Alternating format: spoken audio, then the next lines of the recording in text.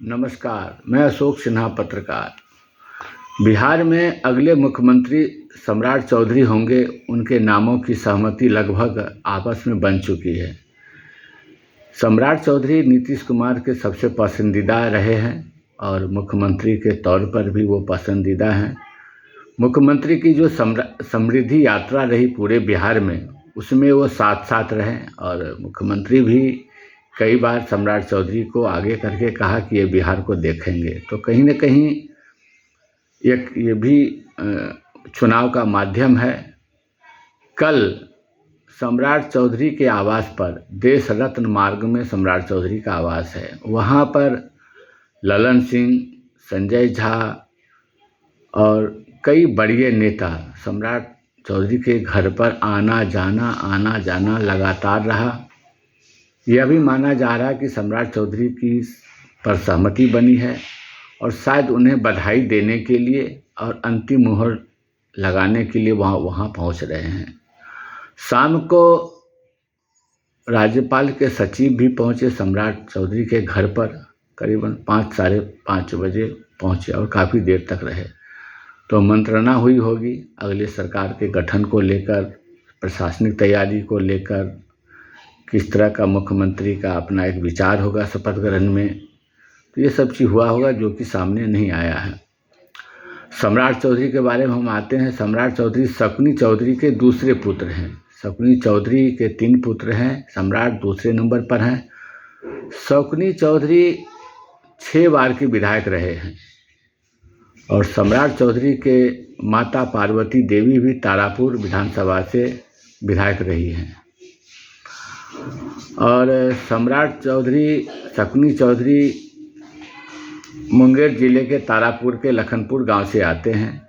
तारापुर और लखनपुर में काफ़ी काम हुआ है विकास के, विकसित बनाया गया तारापुर और लखनपुर को। तो तारापुर जो है गढ़ माना जाता है। शकुनी चौधरी, सम्राट चौधरी और माँ पार्वती देवी जो है सम्राट चौधरी के तो गढ़ माना जाता है राजनीतिक रूप से। तो सम्राट चौधरी इस बार रिकॉर्ड मतों से विधानसभा चुनाव जीते हैं। वैसे पिछले दिनों की हम बात करें तो चुनावी रणनीतिकार कहलाने वाले प्रशांत किशोर, वे नीतीश कुमार के भी एक समय काफ़ी करीबी रहे। तो उन्होंने भी कहा था कि सम्राट चौधरी तारापुर विधान से नहीं जीत सकते हैं, बिल्कुल उनकी जमानत जब्त हो जाएगी, इस तरह का उनका भाषा निकला था। लेकिन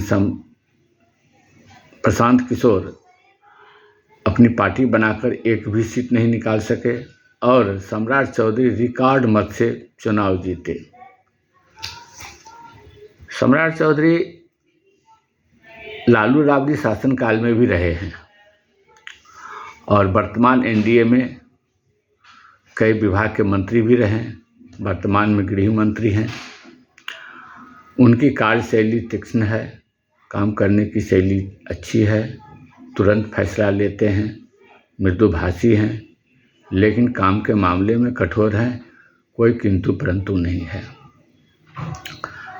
आज 11 बजे बिहार सरकार की कैबिनेट की बैठक है। एक औपचारिक बैठक होगी, नियमतः होता ही है, और कुछ देर के लिए बैठक होगी ऐसी बात संभावना है। उसके बाद 3 बजे जनता दल यूनाइटेड की बैठक होनी है, विधायक दल का नेता चुना जाएगा। 4 बजे एनडीए का बैठक होगा। इसी बीच पर्यवेक्षक बनकर आ रहे कृषि मंत्री शिवराज सिंह चौहान मुख्यमंत्री के नाम की घोषणा करेंगे, अधिकारिक घोषणा करेंगे। अभी तक एक आपसी सहमति के अनुसार सम्राट चौधरी को चुना गया है, घोषणा नहीं किया गया। घोषणा शिवराज सिंह चौहान के सामने होना है, वो करेंगे। और 15 अप्रैल यानी कल लोक भवन, जिसे राजभवन कहते हैं, वहाँ शपथ ग्रहण होना है। शपथ ग्रहण में गृह मंत्री और प्रधानमंत्री के आने की बात है, आएंगे। और जहाँ भी भारतीय जनता पार्टी के सरकार बनती है वहाँ गृह मंत्री, प्रधानमंत्री अक्सर पहुँचते हैं। यह सौभाग्य की बात होती है, उनके लिए गर्व की बात होती है कि इस पुराने प्रदेश में भाजपा की शासन हो रही है। तो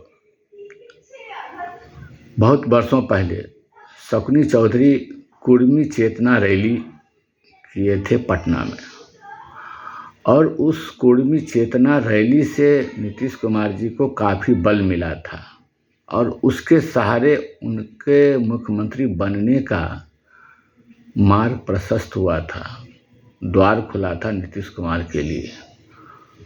तो नीतीश कुमार जी के लिए भी शकुनी चौधरी और सम्राट चौधरी काफ़ी सहयोगी रहे,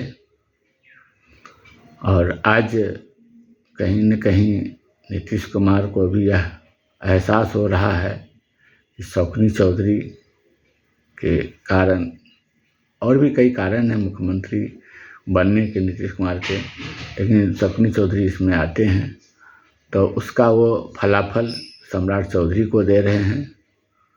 घोषणा लगभग हो चुकी है, औपचारिक होना बाकी है, वह भी हो जाएगा आज। और सम्राट चौधरी बिहार के मुख्यमंत्री के रूप में कमान संभालेंगे, और देखना है बिहार का सम्राट शासन कैसा होता है, आने वाला समय बताएगा। जनता भी इंतज़ार कर रही है।